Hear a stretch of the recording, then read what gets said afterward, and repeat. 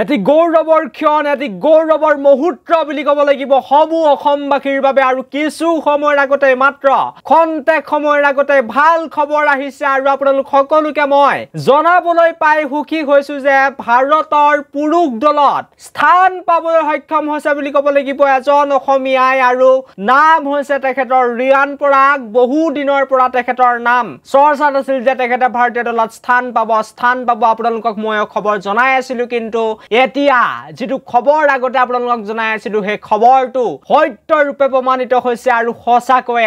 ভাৰতীয় ক্ৰিকেট দলত স্থান পাবলৈ সক্ষম হৈছে ৰিয়ান পৰাগে আৰু এই মুহূৰ্তৰ আপোনালোক সকলোকে মই জনাই আছো ডাঙৰ খবৰ ভাল খবৰ টি20 বিশ্বকাপৰ পাছতে অনুষ্ঠিত হ'বলগীয়া জিম্বাবৱেৰ লগত যেটো সিৰিজ আছে 5খন গৈ টি20 মেচৰ সেই সিৰিজটোত আপোনালোকে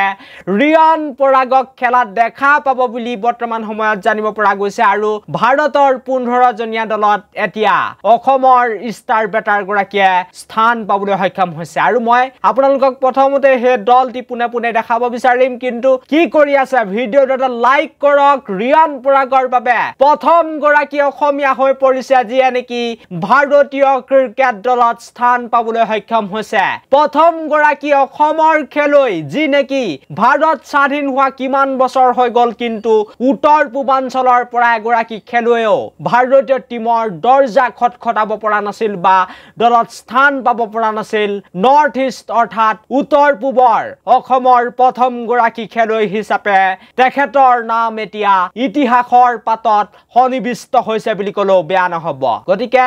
ভিডিঅ'টো লাইক কৰাৰ লগতে চেনেলটো এনেকুৱা ধৰণৰ সুন্দৰ খবৰৰ বাবে এতিয়াই সাবস্ক্ৰাইব কৰি ল'বলৈ নাপাহৰিব আৰু এয়া আপোনালোকৰ সন্মুখত হৈছে ভাৰত বনাম জিম্বাবৱেৰ মাজত অনুষ্ঠিত হ'বলগীয়া 5খন গৈ টি20 সিৰিজৰ বাবে বা মেচৰ বাবে যেটো দল হে দলটিৰ কেপ্টেইনৰ দায়িত্ব দিয়া হৈছে নতুন উঠি অহা ভাৰতৰ এজন উজ্জ্বল নক্ষত্ৰ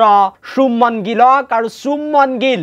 এজ এ কেপ্টেইন হিচাপে যাব তাৰ পাছতে বাকি যদি মই টিমটো চাও তেনেহলে য়শস্বী জজবালে এই দলটিত স্থান পোৱাৰ লগতে ঋতুৰাজ গায়কৱাড অভিষেক শৰ্মা ৰিংকু সিং সঞ্জু চেমছনেও দলত স্থান পাইছে ধ্ৰুৱ জুৰেল এটা নতুন চেহেৰা বুলি ক'ব লাগিব নীতিশ ৰেড্ডি ৰিয়ান পৰাগ অসমৰ ৰিয়ান পৰাগে দলটিত স্থান পাইছে আপোনালোকে দেখিছে তেখেতৰ নাম ইয়াত আহিছে আৰু যি খবৰ আহিছে মই যি আপডেট পাইছো বৰ্তমান সময়ত আমাক যি বিশেষ সূত্ৰৰ ফালৰ পৰা জনাইছে সেই মতে হয়তো ৰিয়ান পৰাগে ডাইৰেক্ট ভাৰতৰ প্লেইং 11ত স্থান পাব হয় একেবাৰে তেখেতে প্লেইং 11ত স্থান পাবলৈ গৈ আছে এইটো এটা ভাল খবৰ বুলি ক'ব লাগিব তাৰ পাছতে বাকি যদি মই খেলুৱৈসকলৰ ফালে চাও তেনেহলে ৱাশ্বিংটন সুন্দৰ ৰবি বিষ্ণুৱে আবেশ খান খলিল আহমেদ পুনৰ উভতি আহিছে মুকেশ কুমাৰ তাৰ লগতে তুষাৰ দেশপাণ্ডে এই দলটিত আছে আৰু সঁচাকৈ এটি গৌৰৱৰ ক্ষণ এটি গৌৰৱৰ মুহূৰ্ত সমূহ অসমবাসীৰ বাবে ভিডিঅ'টো চাই কেনেকুৱা পালে জনাই দিব আৰু ৰিয়ান পৰাগক সকলোৱে কমেন্ট কৰি শুভেচ্ছা জনাবলৈ নাপাহৰিব thank you for watching this video